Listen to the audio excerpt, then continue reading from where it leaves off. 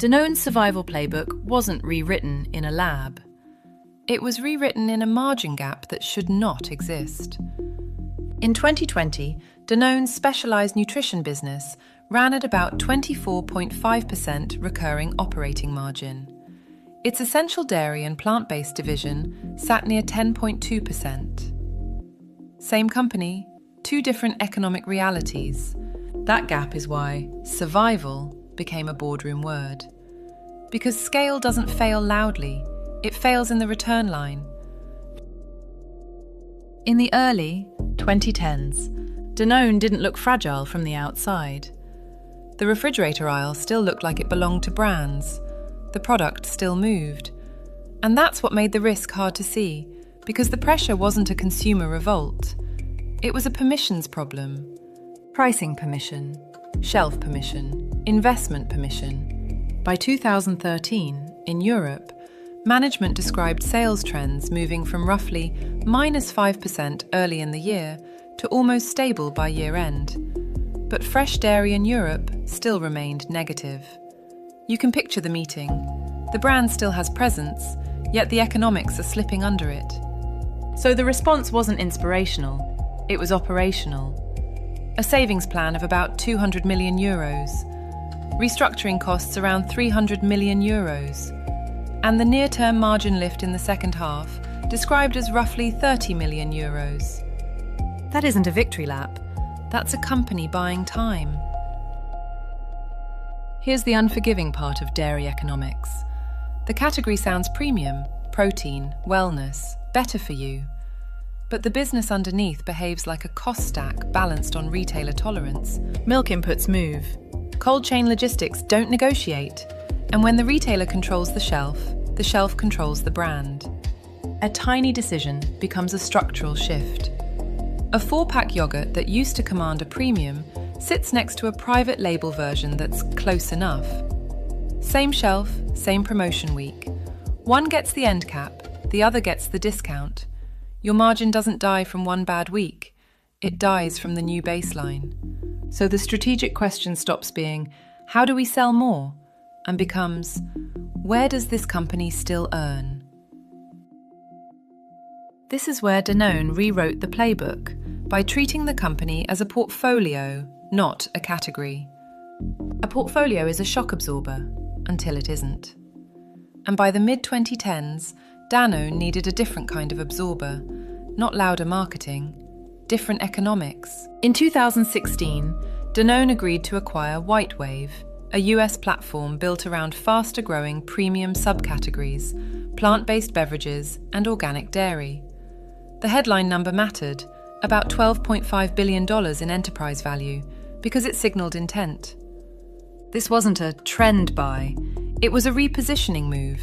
Attach a growth engine with different demand behaviour to a legacy structure that was losing pricing permission. And there's a detail most viewers don't realise. WhiteWave didn't begin as a disruptor outside the system.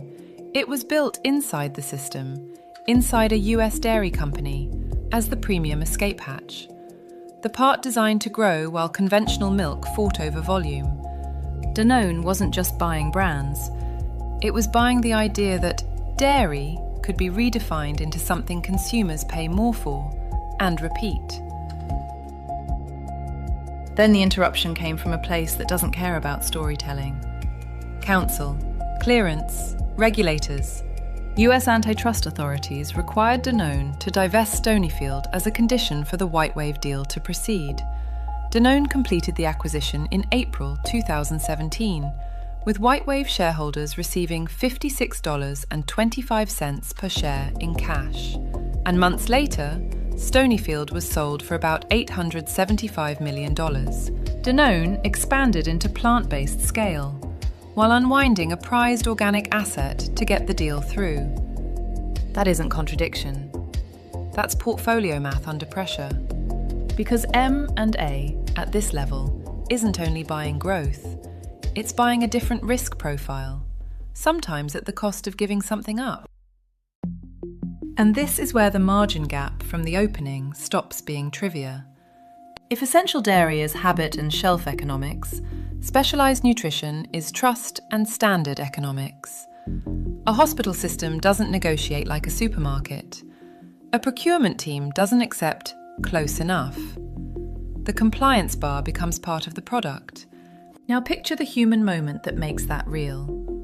A parent at home, label in hand, reading twice, not because they enjoy it, but because the decision feels irreversible.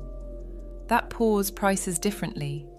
In food, trust isn't branding, it's pricing power that survives stress. That's how you end up with a 24.5% margin engine living inside the same company as a 10% margin core.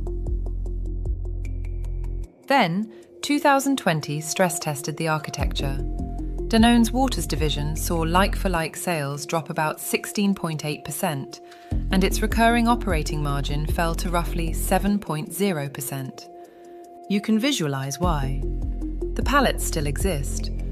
The demand moments don't. Airports, offices, events, commuting. A category can look defensive until the occasions that create demand disappear. So one engine sagged, another stayed structurally stronger. That isn't luck. That's the point of the rewrite. When the numbers refuse to stabilize, pressure climbs, quietly, into governance. In March 2021, Danone's board announced leadership changes. Emmanuel Faber stepped down as chairman and CEO, and interim leadership took over while a new CEO search began. Boards don't change CEOs for stories.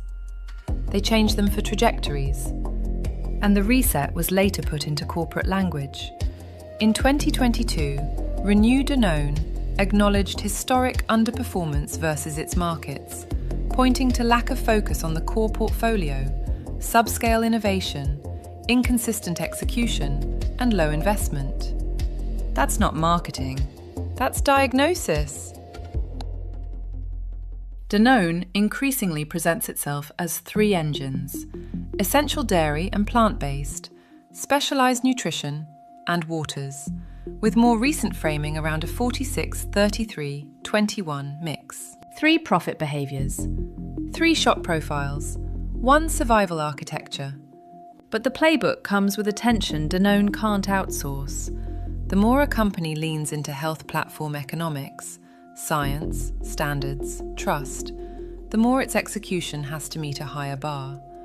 Because investors will price it like that, and regulators will watch it like that.